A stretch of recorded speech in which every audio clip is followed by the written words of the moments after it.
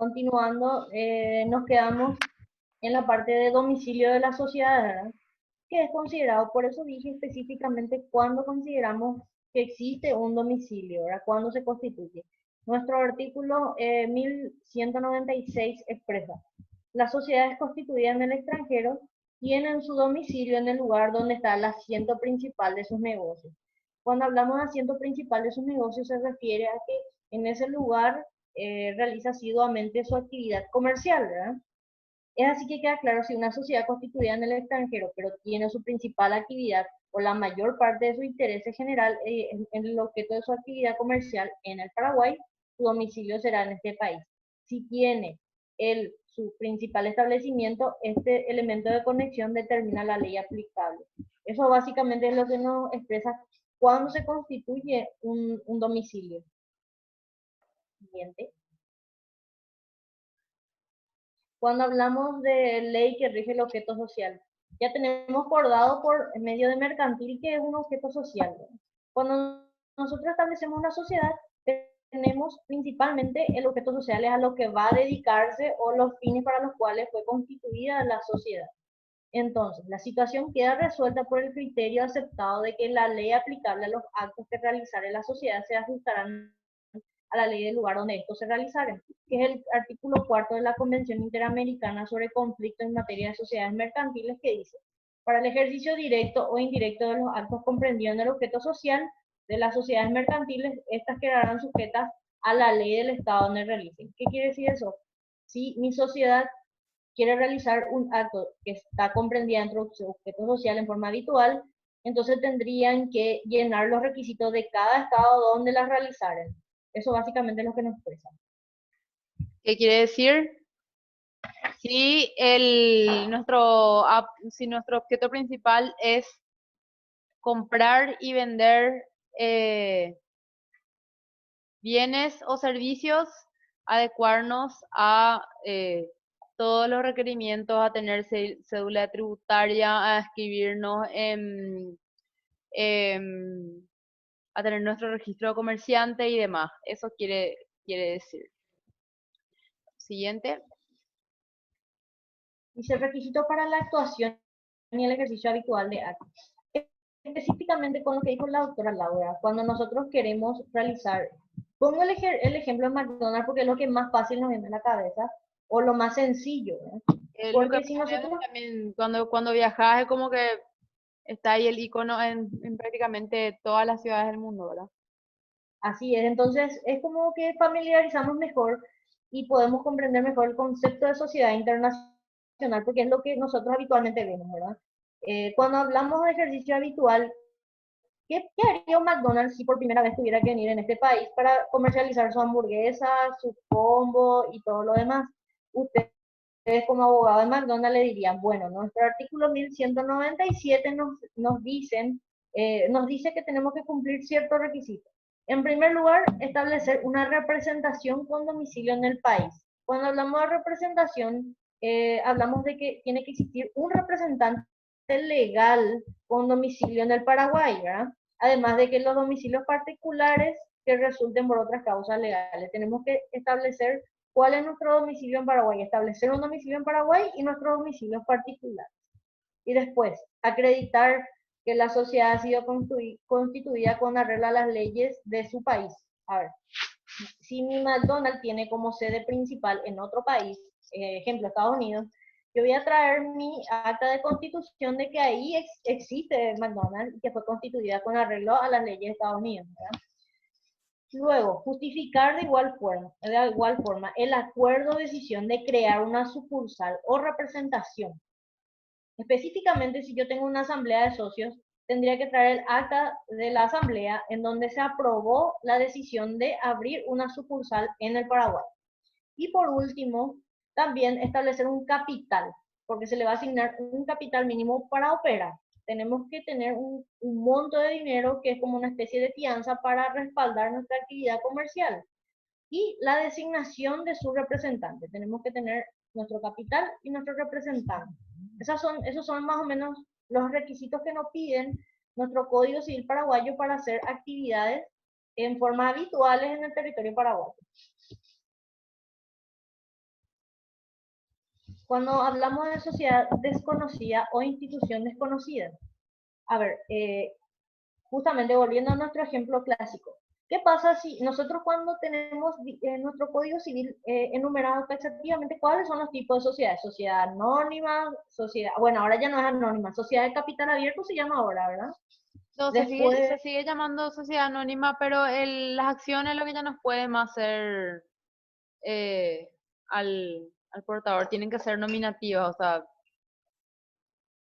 literalmente tendrían que llamarse sociedades nominativas, ¿no? Pero no por cambió el nombre. entonces, tenemos sociedades anónimas, tenemos sociedades de responsabilidad limitada en comandita, es decir, tenemos varios tipos de sociedades que ya dimos en mercantil. ¿Qué pasa cuando la sociedad extranjera, en este caso nuestro McDonald's, no cumple específicamente con una forma eh, como la que nosotros tenemos? Es decir, no se adapta 100% a una SA o no se adapta 100% a una SRL. ¿Qué hacemos en esa situación? Porque no tenemos prevista ese tipo de sociedad en nuestro país. Entonces, Claro, nuestro código, y el cliente nos dice, pero espera, vos me estás diciendo que en tu ordenamiento jurídico ustedes reconocen mi sociedad, mi persona jurídica, mi sociedad constituida en el extranjero, para hacerles el ejercicio nada más, ¿verdad? claro, entonces chocaríamos con una distinción entre una sociedad que desconoce nuestro ordenamiento y una sociedad extranjera. ¿Qué ocurriría?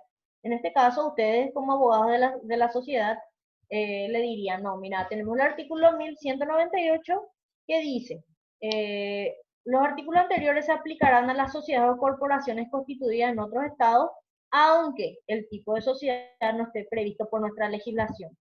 El juez competente para la inscripción determinará la formalidad de cumplir en este caso. ¿Qué quiere decir eso? Si yo tengo una sociedad extraña, adecuaría a la que más se le parece al tipo de sociedad que yo estoy tratando de constituir, y el juez que va a inscribir en este caso determinaría las formalidades para constituir esa sociedad. Perfecto.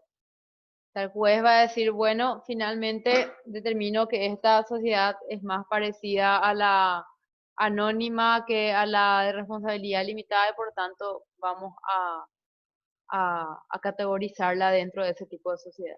Con ciertos requisitos. Ojo, ahí la última parte que dice que queda a criterio del juez la determinación de las formalidades que les va a exigir en ese caso. ¿Profe? Luego tenemos sociedades constituidas en el extranjero y su existencia, ¿verdad? Las sociedades extranjeras están plenamente habilitadas. Esto ya lo habíamos pasado. Sí, creo que sí. Ahí está. Ahí está. Perdón. Representación, agencia y distribución comercial. Esas tres figuras son tan interesantes porque lo Son vemos todos preguntas los de días. examen. Pregunta de examen. Sí.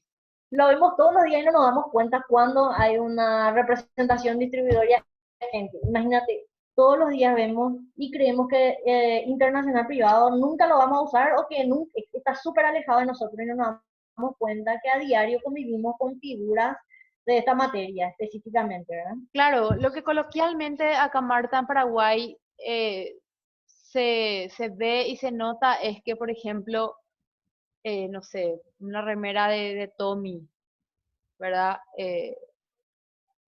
Por ejemplo, te va a decir, sí, sí, ese es de Recanate. Eso es lo primero que la gente dice, ¿verdad? Y en realidad ahí justamente cuando nosotros hacemos este tipo de acotación es un poco para llamarle a ese abogado especialista en derecho internacional privado que nos diga, no, ojo, hay que ver si es que si él tiene la representación o si se trata de un agente de distribución de la marca que está sustentada o que es propiedad de tal sociedad extranjera. Ojo con eso, ¿eh?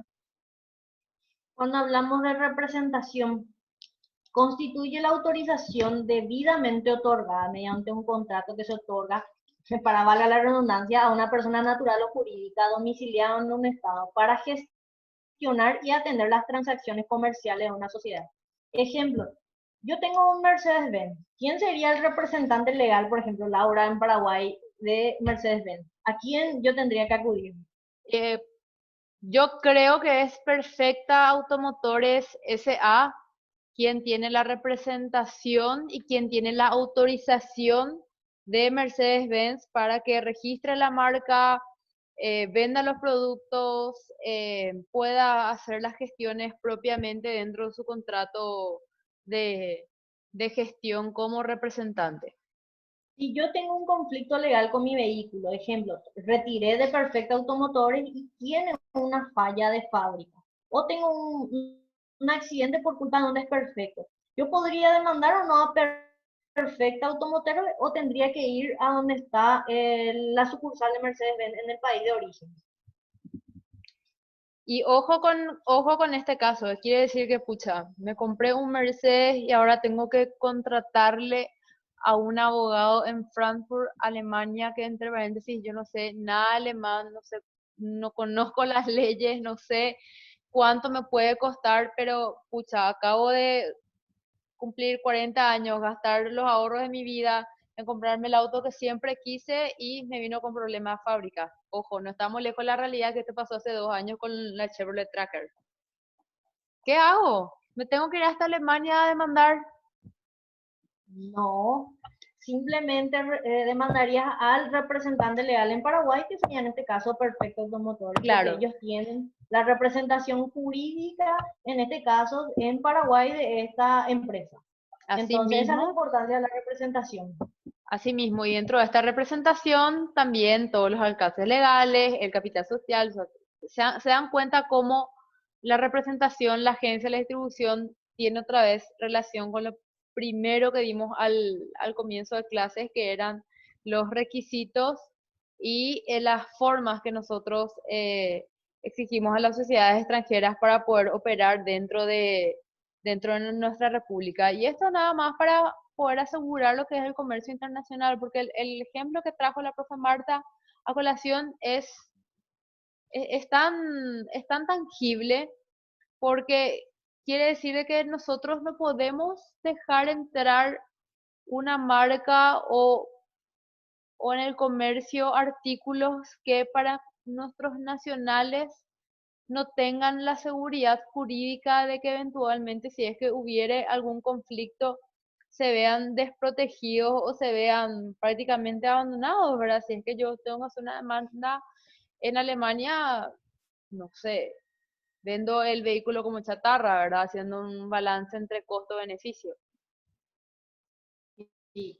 Y luego tenemos la siguiente, la siguiente escala, que es agente y distribuidor, ¿verdad? El agente y distribuidor también es una relación contractual, ambas son relaciones contractuales, pero aquellas que el fabricante de un producto le permite oficiar de mediador por medio de una comisión. Y ese es el agente. ¿Qué quiere decir eso? El agente es como el intermediario para la comercialización de los productos. Cuando yo tengo, como yo soy fabricante, estoy fabricando remeras. Luego le autorizo a un agente específico por medio de un contrato para que él pueda llevar a sucursales para que pueda hacer la sucursal la venta final. Y ahí la distribución sería el vendedor final, el que llega al consumidor final. Pero la gente es como una especie de intermediario entre la oferta y la demanda. Es decir, tenemos una especie de escala. Agente y por último distribuidor del producto, ¿verdad? A veces puede ser agente y distribuidor en la misma medida, o sea, en la misma figura. Entonces puede ser intermediario y distribuidor final del producto. Entonces tenemos como escalas en donde una empresa permite que vos le representes o distribuya su producto. Así mismo, siempre en los spots publicitarios de marcas internacionales escuchamos esta figura propia, ¿verdad? Que es vende y distribuye eh, Hermanos González S.A., ¿verdad? ¿Quiénes son los agentes y distribuidores de los fabricantes de los productos? Bueno, con respecto a la ley Y no, aplicable, sí, será aplicable la ley de lugar de celebración del acto o lugar de aceptación por vía internet, ¿verdad? Recuerden que hoy en día justamente estamos dando esta clase y estamos dándole estos ejemplos porque ponemos mucho énfasis a lo que es la globalización y a lo que es los medios digitales que hoy en día se dan para las transacciones comerciales. Este punto también vamos a tocar mucho en la lección 16, Prácticamente todo lo ¿verdad? que hacemos ya es Sí. digital. Sí, Sí. en la lección 16 creo que es de Derecho Consumidor, vamos a hablar muchísimo de esto, chicos, vamos a tocar cuestiones de Amazon, vamos a tocar cuestiones de compras por internet, así que por ahí si es que se les quedó como que la curiosidad en ese sentido, no se preocupen, ¿verdad? Vamos a volver a vernos en la 16. La siguiente, el Alcance de las alcance, sí, representaciones. te cedo, profe. El Código Civil paraguayo ha querido que el elemento extranjero, en este caso la existencia de una sociedad extranjera, no tenga para su actuación más límite que los enunciados. Pretende también que a través o con el representante se puedan ejercitar los actos propios de la sociedad. Cuando estábamos hablando de la representación, la figura de la representación, estamos hablando de que el Código Civil más bien para eso establece la representación, para que el representante se pueda encargar de la gestión en general de todo lo que tenga que ver con la sociedad. Ese es el alcance de la representación y se establece contractualmente cuáles serían los límites de representación que tiene cada persona, ¿verdad? Con la persona, con la sociedad comercial. En este caso, por ejemplo, cuando hablábamos de la distribución y teníamos el caso de los vehículos, solamente algunos comercios tienen la autorización de distribución de repuestos, por ejemplo. Entonces, así también, cuando hablamos de alcance de representaciones, agencia y distribución, estamos hablando de que el representante o distribuidor siempre por contrato se establecería los límites de su representación. Asimismo, hay veces, profe, que se da el hecho de que el representante también es distribuidor, ¿verdad? Pero no siempre es así. Entonces, ahí es donde entra, y pongo acento en lo que acaba de explicar la profesora Marta, que de repente quien represente el, quien represente a la sociedad tenga cierto alcance o que tenga ciertas facultades para otorgarle de vuelta al distribuidor, que por ahí no son los mismos, cierto tipo de actuaciones dentro de las cuales se pueden dar la distribución propiamente de un bien, de un objeto dentro del comercio. De un producto, sí. Bueno, ahí terminamos. Y me encanta el mensaje, este es un mensaje de la profe Marta. Recuerden lavarse las manos y quedarse en casa. Chicos, vamos a continuar dándole las lecciones por este medio y como siempre habilitamos el grupo de WhatsApp para las correspondientes preguntas. Muchísimas gracias y buenas noches. Buenas noches, profe. Saludos. Chao, chao.